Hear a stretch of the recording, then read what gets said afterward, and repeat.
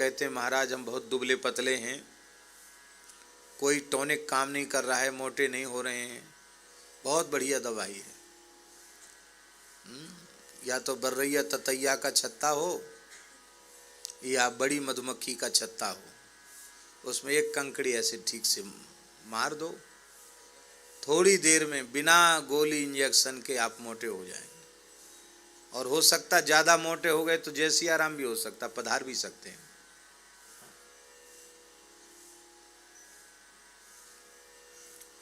एक हमारे पूज्य गुरुदेव पहाड़ी बाबा महाराज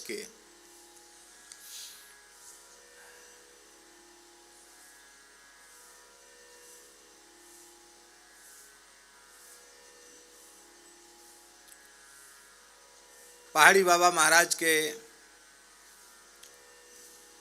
एक सेवक थे ग्वालियर के, कपूर चंद जी नाम था, बड़े भक्त थे। और महाराज गाते बहुत अच्छा थे। गाते ऐसे थे कि उनका तार सप्तक के आगे चला जाता था, हारमोनियम जवाब दे देता था। इतना बिना खराश के इतना ऊंचा गाते थे। पहले माच गाए जाते थे ना किसी जमाने में,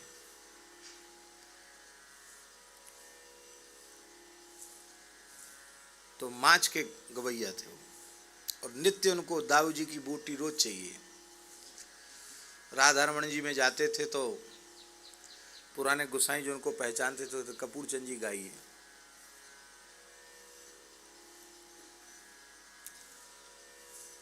तो वो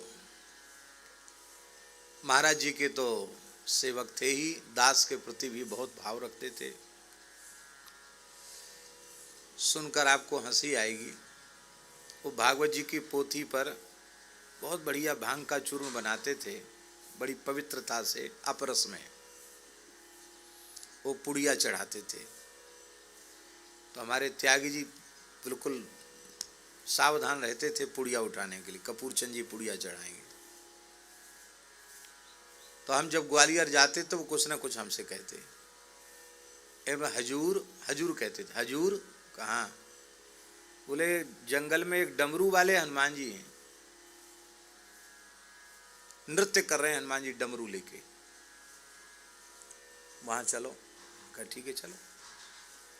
तो कथा तो चली रही थी, शनिवार था, हम लोग गए डमरू वाले हनुमान जी पे। दीनबंधु दास से नहीं थे, त्यागी जी थे।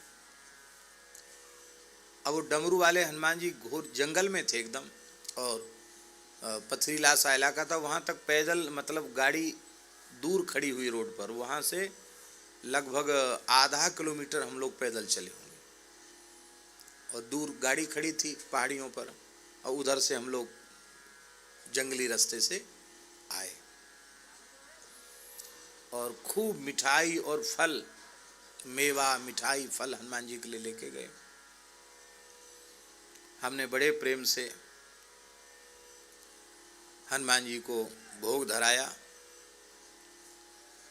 और सब लोग बैठकर हनुमान चालीसा पढ़ने लगे।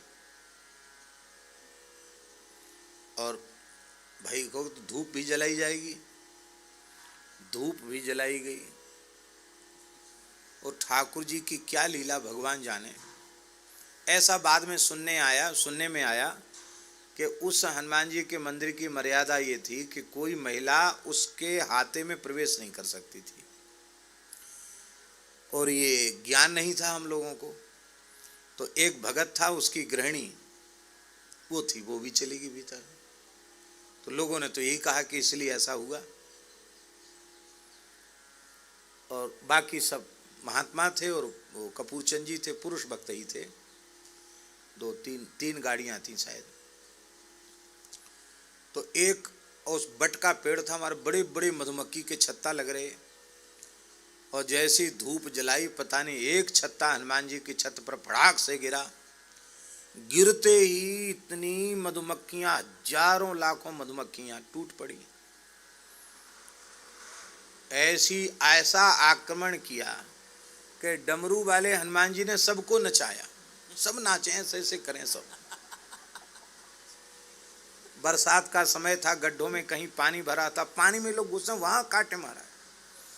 जो लोग कहते थे कि महाराज कहाँ ले आए, इतना पैदल चलना मुश्किल, वो मोटे मोटे पेट वाले सेठ लोग वो कितनी तेजी से दौड़ के गाड़ी तक पहुंच गए पता नहीं चला।